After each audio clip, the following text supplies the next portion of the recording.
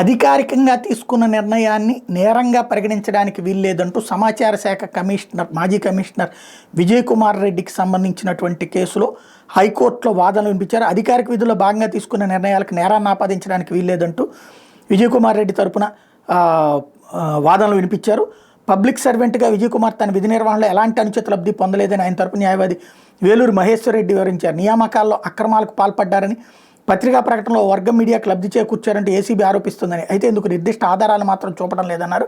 విధి నిర్వహణలో విజయ్ కుమార్ రెడ్డి చర్యలేవి కూడా నేరపూరిత దుష్ప్రవర్తన కిందకు రావని చెప్పారు.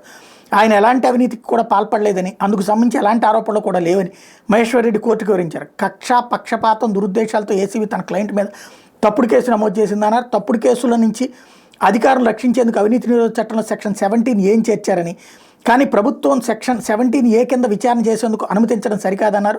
తన క్లయింట్ విచారణకు అనుమతి ఇవ్వడం ద్వారా ఆ సెక్షన్ ఏ ఉద్దేశంతో తీసుకొచ్చారో దాన్ని ప్రభుత్వం కాలరాసిందని కోర్టు దృష్టికి తీసుకొచ్చారు. దురుద్దేశంతోనే తన క్లయింట్ మీద ఉన్న ఆరోపణల పరిధిని ఏసీబీ పెంచిందన్నారు. రీడర్షిప్ సర్క్యులేషన్ ప్రామాణికంగా తీసుకునే ప్రింట్ ఎలక్ట్రానిక్ మీడియాకు ప్రకటనలు ఇచ్చినట్టు మహేశ్వర్ రెడ్డి స్పష్టం చేశారు. దీన్ని కూడా అవినీతి అనడం దారుణమన్నారు.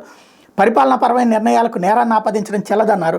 అందువల్ల ఈ వ్యవహారంలో జోక్యం చేసుకుని విజయ్ కుమార్ రెడ్డికి ముందస్తు బెయిల్ మంజూరు చేయాలని మహేశ్వర్ రెడ్డి కోర్టును అభ్యర్థించారు. ఏ షరతులు విధించినా కట్టుబడి ఉంటామన్నారు. విజయ్ కుమార్ రెడ్డి వాదనలు ముగియడంతో ఏసీబీ వాదనల నిమిత్తం విచారణ ఈ నెల 23కి వాయిదా పడింది. ఈ మేరకు న్యాయమూర్తి డాక్టర్ జస్టిస్ వెంకట జ్యోతిర్మయి ప్రతాప్ మంగళవారం ఉత్తర్వులు జారీ చేశారు. ప్రభుత్వ ప్రకటనల జారీ, బిల్లుల చెల్లింపులకు సంబంధించి ఏసీబీ నమోదు చేసిన కేసులో తనకు ముందస్తు బెయిల్ మంజూరు చేయాలంటూ విజయ్ కుమార్ రెడ్డి హైకోర్టులో పిటిషన్ దాఖలు చేసిన నేపథ్యంలో ఈ ఆర్గ్యుమెంట్స్ నడిచినాయి.